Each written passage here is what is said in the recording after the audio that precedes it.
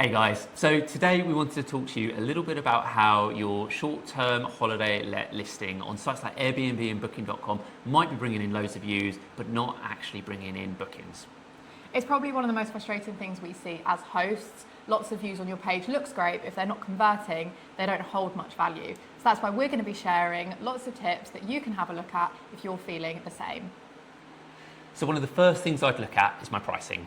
Now, if you've set up your property on different listing sites like Airbnb, Booking.com, Vrbo, you'll know that they all do things a little bit differently, and they've all got different commission levels. So if you've copy and pasted your pricing across all of those platforms, the pricing for customers is probably going to look a little bit different on each of them.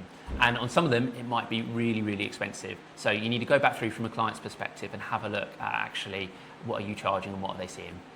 And I would also say if you haven't set up dynamic pricing, I would really recommend this. Having different pricing for the off-peak months compared to the peak months does really attract clients and actually can fill those quieter months for you if they are slightly cheaper. I'd also be looking at my images. Have a look and see which is the photo that comes up first on each site, so your featured images. After this, have a look and see which ones come up next. So these would be my absolute strongest. Yeah, and I'd also be thinking about who are you trying to attract? Who do you want to stay at your property? So if it's a big group property that can sleep up to 20 people, you want to show photos of your big social spaces, dining tables that can see everyone. People don't want to see houses that are looking crammed if they've got a massive group, for example. And also, if you haven't invested some money into a professional photo shoot, I would really, really recommend this. Clients buy with their eyes. It's the first thing they're going to see, and it's what sells your property.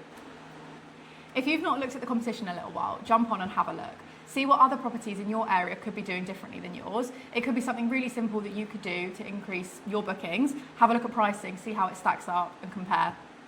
Pay attention to booking details and policies. So if you charge extra for things like the use of a hot tub or maybe supplying coal for barbecues, make this really clear for guests.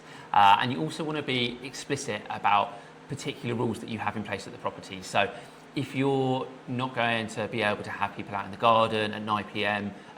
Due to having neighbours and obviously they need to sleep, make sure that's really clear on the listing. And we all know there isn't anything more annoying than when the group have probably spent hours deciding on a house, a budget, only to then book and find out there's hidden fees that they didn't account for. Ultimately, being transparent with these details helps to build trust. And these clients, these groups that are looking to come to you and spend lots of money, hundreds if not thousands of pounds, they need to trust you and they need to trust your product. That's it. We hope it helped.